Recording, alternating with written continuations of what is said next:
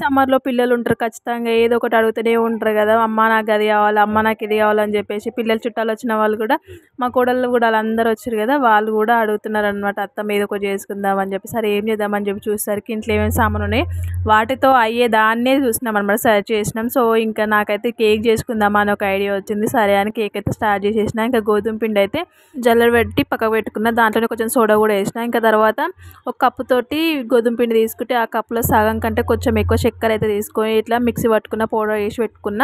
అదే దాంట్లో సగం కంటే కొద్దిగా తక్కువ నూనె అయితే వేసుకున్నాను అనమాట. మనం వంటకాడే నూనె. దాంట్లోకి ఒక 3 గుడ్లు అయితే వేసుకున్న. 3 గుడ్లు వేసుకొని మంచిగా మిక్సీ పట్టుకోవాలన్నమాట అవి అన్నిటిని. దీంట్లో మీకు ఉంటే వెనిలా ఎసెన్స్ కానీ ఇలాచీ కానీ వేసుకోవచ్చు ఎగ్ వాసన రాకుండా. కాకపోతే నా దగ్గర లేవు కాబట్టి వేయలేదు.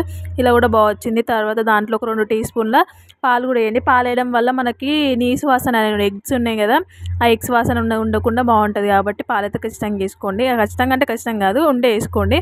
ఇంకా అలా వేసుకున్నాక ఆ మిశ్రమాన్ని మనం ఆల్రెడీ పిండి ఉంది కదా, ఆ పిండి మిశ్రమాన్ని 2 కలుపుకోవాలి. ఎలా అంటే దోశ బ్యాటర్ కంటే కొంచెం చిక్కగా కలపాలి. దోశ బ్యాటర్ ఉంటుంది కదా, దానికంటే చిక్కగా ఉండాలన్నమాట. అలా కలపాలి. నాకు ఆ క్లిప్ అనేది డిలీట్ అయిందనమాట. నేను స్టోరేజ్ ఎక్కువైందనమాట. వీడియోస్ అనేది డిలీట్ చేస్తుంటే ఆ క్లిప్ కూడా డిలీట్ అయిపోయింది.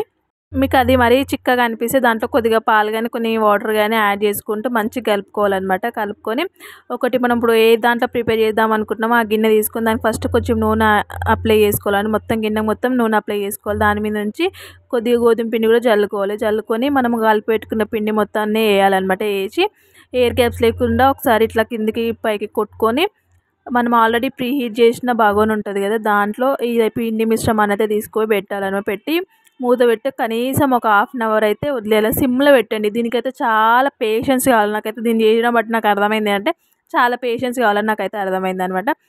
అర్ధగంట నేను సిమ్లో పెట్టిన అప్పటికి ఇంక ఉడకలేదనమాట. మళ్ళీ తర్వాత ఇంకో 20 మినిట్స్ పెట్టిన. 20 మినిట్స్ పెడితే అప్పుడు మధ్యలో ఉడకలేదు. మధ్యలో ఇట్లా కొంచెం వచ్చింది చూసారా, చాక్ అంటింది. చాక్ అంతా అది ఉడకలేదని అర్థం అనమాట. సో ఇంకో 10 మినిట్స్ పెట్టిన. నాకు ఒక 1 అవర్ టైం పట్టింది. సిమ్లోనే పెట్టుకోండి. సిమ్లో పెట్టుకుంటే కింద మాడదు కాబట్టి మంచిగా వస్తుంది. మీరు ఆత్రం పడి తొందర చేసేటానికి అది మాడిపోతుంది, చక్కగా ఉడకదు, వెళ్ళేటప్పుడు కూడా మంచిగా రాదు. కాకపోతే నేను ఫస్ట్ టైం ఒకసారి ట్రై చేసినా కానీ నాకు అసలు అప్పుడు ఏం మంచిగా రాలేదు. ఇప్పుడు మంచిగా వచ్చింది అనమాట ట్రై చేసిన. సో మంచిగా వచ్చింది, మంచిగా అనిపించింది నాకైతే. మీరు కూడా ట్రై చేయండి, ఖచ్చితంగా బాగుంటుంది. నాకైతే మంచిగా అనిపించింది, మా టేస్ట్ కూడా బాగుంది. మీకు నచ్చితే ఖచ్చితంగా ట్రై చేసి ఎలా వచ్చిందో మీకు కూడా కామెంట్ చేయండి. సేమ్ ఇదే ప్రాసెస్లో వేయండి, కానీ దీనికైతే చాలా పేషెన్స్ కావాలి.